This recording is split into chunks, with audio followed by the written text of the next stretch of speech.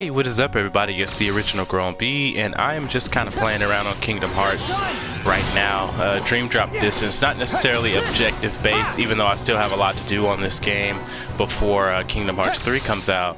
But, you know, I just wanted to take some time to just kind of play the game and also talk to you guys at the same time, because there's been something that has been on my mind for the past couple of days, and it revolves around Mickey's relationship with Xehanort. And I'm trying to determine if something that I've been thinking about is a plot hole, or if there is something that I have missed in basically my marathon of playing Kingdom Hearts.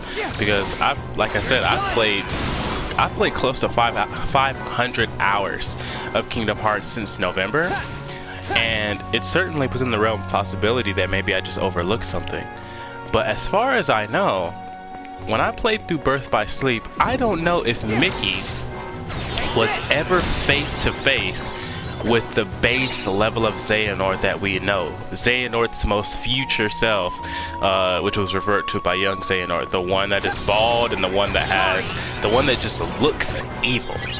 You know, as far as I remember, Mickey never came face to face with him. So that leads me to think that when in Kingdom Hearts 2, you go to that room in Radiant Garden, and you see the picture on the wall, and everybody else thinks that that's Ansem, the Seeker of Darkness, which was technically Xehanort's Heartless. And Mickey goes on to explain that, oh no, this picture is a picture of Xehanort.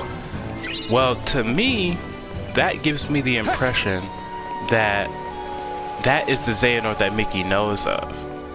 You know, and that is the Xehanort that Mickey identifies with.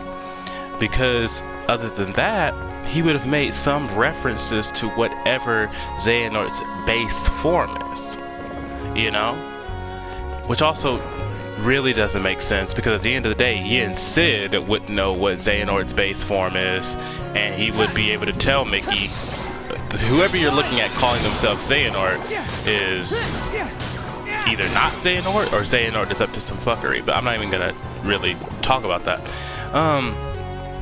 So what also confuses me a bit is in Kingdom Hearts Dream Drop Distance, when the original form of Xehanort, which they kind of refer to as the future most Xehanort, when he appears, Mickey turns around as if he knows him and says, "Oh, Xehanort, we were right about you." To me, I don't think that Mickey should recognize him as that. Now, this could very well be the idea that, oh, you know what, Kingdom Hearts 2 came out long before, you know, Birth by Sleep, and long before Dream Drop Distance, and they just developed new plot details that obviously aren't going to coexist or make sense with some of the other cutscenes stuff that we've seen. But are we charging it to that? You know, are we saying that this is just what it is? It's one of those plot holes that maybe just the developers and the writers hadn't really thought of yet, and that's why it's creating the conflict? Or are we gonna try to say something like, at some point off screen, you know, Mickey met Xehanort, and for that reason he knows what he looks like? Because that's the part that, like, just has me all confused. And the fact that that version of Xehanort looks exactly like Ansem, the Seeker of Darkness, and Mickey had seen Ansem, the Seeker of Darkness in Chain of Memories, unless I'm just totally fucking that up. Like, I'm wondering why it took so long for some of these connections to have been made.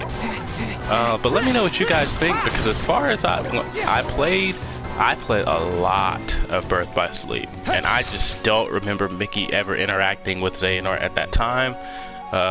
Maybe after talking with Yin Sid, he was enlightened to some new information.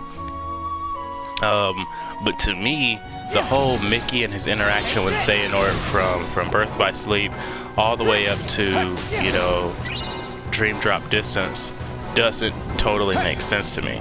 So if y'all have any additional clarification, I'm big on headcanon. Like, I'm not one of those guys who says, oh, you shouldn't make any headcanon.